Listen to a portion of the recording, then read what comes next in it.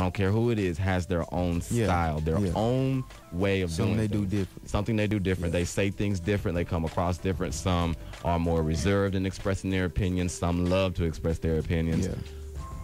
How did the two of you go about in the different styles of which you all work your shows, your particular shows? I say for myself, as I come in, as I come in the studio, I like to put something different on the table because me, I feel like no one else had the same potential, and had the same ideas that I have, and also how they do the work things I work. For example, like commercials, I use my commercials as topics. So therefore, I keep the fans, guessing like what he gonna talk about next, and I hold the conversation, and I might say something, and I put the music back on, just they throw clues at them, something different like that, So basically, that's how I do my station. What about you, Nura? What's your style of going about doing your respective show here at the station? Well, I'm just starting off at the station, so I'm keeping everything by the book. I don't want to, yes, go everything. So I still read the cues and everything like that. I don't want to say too much. I give all the information, the Twitter information, the phone numbers, and everything. Yes. But I try to. Now that I'm doing my second semester here, I'm trying to put my voice into it, put my humor into everything. Eventually I'll probably have my own type of roles, like how Cortez is. He's a junior here, so he's comfortable with everything he's doing, and he knows what he's doing. Me, I'm trying to keep everything clean, keep everything good, until I get my comfort spot. Right. Yes. And I can tell you, I've said here on the show many times, I was just like Nur. I started out as a practice DJ for I think it was about 4 or 5 months. I was a practice DJ, and then it was in May of 2011 when I received word that this show would come into creation. And so I think we were in the same boat. Yeah, the same situation. Yeah, we were, because we came in here at we came to the university at the same time. We did, and so I had to do just like Nerd did. I had to go by the book. When my producers told me to do something, I did it. If he said, "Ed, read this on the air," yes sir. Not that I don't have that same respect, but it's a little different now because kind of get hip to the game. You do. I know you exactly do. what you're saying. And I mean, also, on your behalf, I was saying, like, on my station, like, I like to keep people enthusiastic. I like to keep them amped. Because I want them guessing. I want to know what he's going to talk about next or what song he finna drop next. Like, that's how I like to keep people thinking. And also, I like to that's how I pick up my views also. So, that's something different every time I get into the station, for example, as that. And now this is something I want to ask of all three of you. In the world of radio, in the world of media in general, there's things such as paparazzis, there's social media, there's everything out there that is basically, it's either supporting us or it's tearing us apart. If you ask anybody who works in the world of media what it's like having to deal with the public, I'm sure they will tell you it's not easy. Yeah, I can just I got a good idea that it's not easy. Do any of you all get noticed out in public working here at the station? Does anybody come up to you? Sam, the reason why I'm asking you this, Sam, because you've been here at the station, you've been a guest on many of our shows here at WLJS. Do you get noticed out in the public, or do people say, "Hey, aren't you that guy who so-and-so, blah, blah, blah, blah, blah"? Well, I have got people ask me, like, wasn't I on, like, your show, like, what I'm saying, nothing on, like, was not that Sam, because I don't know many Sams on this campus. Other than the Sam that came out yesterday as Omega, I thought I was the only Sam that was here. So me personally, but somebody did. I was at work at UAB, Barton Arena, and wow, UAB in Birmingham. Yeah, in Birmingham, and somebody had came to me. Are you serious? Like, I'm for real. You know what I'm saying? You all, for those of y'all who don't know, for our listeners listening across the other parts of the country, UAB is a university in Birmingham. It stands for the University of Alabama in Birmingham, which is nowhere near this campus. Nowhere near Jacksonville. It is about an hour and a half away on the other side of the state. So that surprises me. Okay, so what happened now when you went there? So I was working at just doing work, because I work at a concession stand at UAB Barton Arena, and so I'm thinking that they just want to place an order or something, so I'm like, he said, Ain't you that man, that boy from the radio or something like that? Oh my goodness. And I was like, say what? Like, I didn't know what he was talking about at the time. Like, I wasn't like thinking that he would automatically know that, you know, because I had never seen this guy before. Apparently, like, he was like. So you didn't know this guy? I didn't know the guy. He knew me of somebody's. He talked to somebody. He talked to a friend of my mom's, I guess. I don't know, but I never met him for my life. Wow. So he came.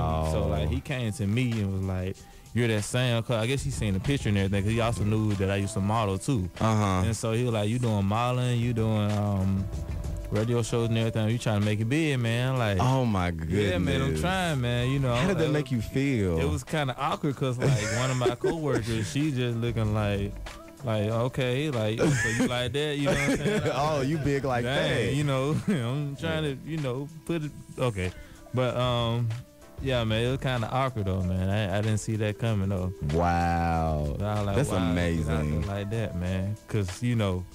That's an hour and 30 minutes away. That's an hour and 30-minute drive. Somebody tuning in. Yeah, they were actually hearing, so they actually listen in Birmingham. Wow. Oh yes, we do. Say, though. I know just from the emails we received, we have listeners in Birmingham, we have listeners in Atlanta. I know some people from California have emailed, New Jersey, Chicago. So all those people I know have tuned into the station at one point or another. What about you, Cortez, being the host of your own show here at the station, here at WLJS in Jacksonville? Have you gotten noticed out in the public, or do people come up to you and say, "Hey, aren't you that guy?" The question is how many times? Like, it been plenty of times. Like, I'll just be walking to class. You know, I'm in my own world. Most of the time I'm trying to get to class. Yeah. They were like, hey. Say that again. Like, I'm like, what? She was like, say that again. I was like, and I said it again. She was like, oh yeah, you sound like the dude on Road to Riches Radio. I was like, yeah, I am that dude. She was like, for real? I was like, yeah. And I'm like, just stay tuned in. She was like, oh, okay. She just had a Kool-Aid smile on her face. Kool-Aid smile. So yeah, I mean, I come across that, you know, everyone, I say every now and then on campus, probably about twice a week. Twice a week. Yeah. Somebody approaches you. Somebody approaches me, like, because they hear me by my voice, like, some way I sound the same way as the radio as I do in person, you know. So that's how they recognize me. So, you know. What about you, Nur? Do you get any people recognizing? You know, people been knocking on my doors. You know, they've been banging down your door. Yeah, they're banging down the doors. Cameras flashing. Yeah, you know, I can't get to class without people telling me, give me autographs and stuff. You know, but you know, truthfully, not yet. No, not yet. Not yet. You know. Yeah, it will happen. Yeah. At one point. It will. I promise you, because when I was working as a practice DJ, it didn't happen for me unless I told somebody to tune in to me. It wasn't a person that I did not know. Yeah. Especially in Sam's instance, somebody all the way on the other side of the state recognized me or something like that. But how does that make you all feel to know that you're working in an industry where you are being in the spotlight and you are, you know, people are watching you and they're taking careful note of the things that you're saying and the things that you're doing? What does that make you all feel like? Does it make you feel like you have a responsibility? Does it make you feel like, oh, well, you know, I'm just hot stuff? I mean, honestly, how does it make you feel? I'm gonna be honest. It made me feel like I'm on my job. Yeah. It made me feel like I'm hustling. I'm doing what I'm supposed to do, and I ain't lacking on, you know, what I'm supposed to be doing. I'm doing what I'm supposed to do, and I'm staying focused. And also, they let me know that people really is looking at me and they watching every step that I make, and they watching everything I'm doing. So now, I really gotta be cautious of what I say, and what I do. Yes, I realized that a couple weeks ago. Yes, and yeah, like even on Facebook, like and I Twitter. can't say the same thing I used to say on Facebook because they watching me. Like there's somebody inbox me like, why are you saying that? Like, I'm still me. Like, but at the same time, I realize that you can't say that no more. Like, some stuff you just can't say. Yes. And, you know, I got to take that as respect, and especially if I'm trying to get to a certain level. As I say, very successful in the radio business, you know, in the industry anyway. So, you know, just have to take it how it is, you know, keep pushing forward and just watch what I do and watch what I say. You were very right, Cortez, and you were almost speaking the same words that my mother and father have spoken to me on a daily basis. They said, son, you know, you have this show. Know that there is paparazzi out there, and they don't always have a camera. Yeah, they watching you. They are watching you. You might not even know them. Like, no. You don't. Like, most times you don't know them. No, you don't. In Sam's instance, he didn't know them. Yeah, that's all across the state, so I know you didn't know that. Yeah. And even just like I said, even walking around here on the campus of Jacksonville State University, where we broadcast from, it's like you have to be very careful. You have to be very careful because you are in the public eye. We may not have, like I say, cameras following us around everywhere we go. We may not have, you know, people trying to get our autographs, but they're still watching. Yeah, they're still watching. And that's all paparazzi do is watch. Yeah. Watch what you do. Watch where you go, what you have on. It's true. I have to be careful.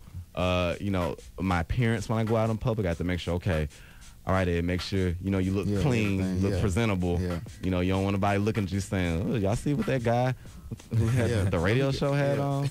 You know, you don't. And that conversation going to run forever. You know, it's going to run forever. Ain't going to build on build and rumors. That's how rumors spread. Yes, you know? yes. And so, yes, this is a very, although it's a very fun industry to work within the media and entertainment industry and the radio industry, it's very fun. I love it. I'm glad that this is the profession that not only I am, but that we all as a group are working in. Yeah.